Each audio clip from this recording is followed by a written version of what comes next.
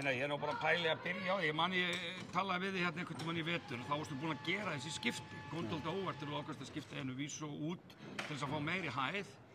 Þetta virðist þessi skipti virðist hafa lukkast eða ekki nokkuð vel. Jú, ég held að það segir sig sjálft. Ég held að Pálína sé búin að spila 13 leiki og vinna 12, þannig að ég held að það sé ekki þetta. Að reyna að orða hann öðru sig, það er bara, já, það er þannig. Ja, þið eru mjög sterkar inn í Teigarvegi.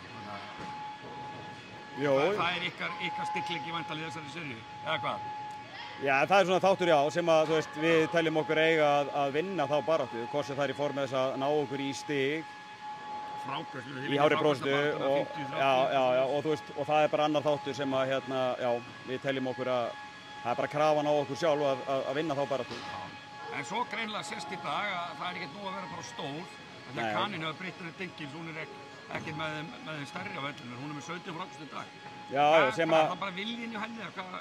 Já, bara góða staðsetningar, skilurðu, og já, bara gerði feiki vel í þeim eftir, bara að vera þarna svona lúrandi í kringu tegin og duttu boltar til hennar, þú veist, auðvitað náttúrulega þegar að stóru stelpunar eru bara að vinna box út, þá koma náttúrulega boltastundum á bakverðu og hún er áræðin að sækja þessa bolta og gerði vel bara eins og liðið allt í frákvæmstabaráttunni í dag. Já, hún er náttúrulega bara búin að vera frábær í vetur og er frábær í þessu leiku að skoða þessu tölfræði, þannig að vantar eina stórsendingu til þess að vera með hennar gullnu þrennu, þannig að við erum vantilega mjög ánægðir með hana. Já, bara mjög. Hún er náttúrulega bara frábær leikmaður en umfram allt bara mögnu manneskja, þannig að við erum bara mjög lukkuleg hérna í Njarðvík að hafa hana í okkar röðum.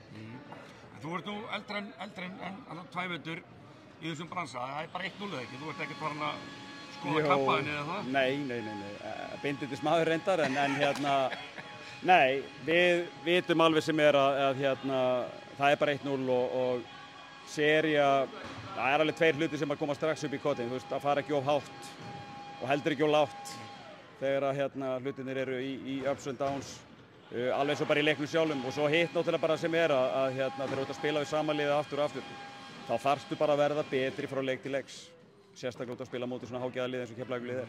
Og núna er alltaf tapaði Keflavík, þannig að Siggi og Jonni hljóta að hugsa eitthvað nýtt gameplan eða eitthvað. Þarf þú ekki þá dálítið að ímynda hvað þeir munu kokka upp og en þú gefur þú vantilega ekkert upp hérna? Við Siggi erum náttúrulega báðir miklir áhugamenn og spilum miklir skákmenn báðir tveir.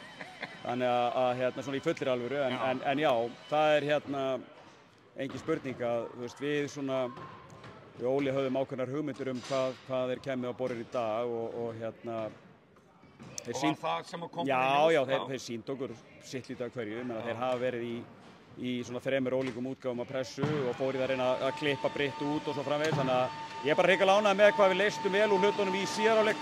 Við vorum ekki að halda nógu góðu skipulag, við vorum bara ekki að exekúta playin okkar á móti Svæðisvöllin í fyrri hálfleik. En heilt yfir, skora 95 stig á móti þessu liði, bara mjög sáttur.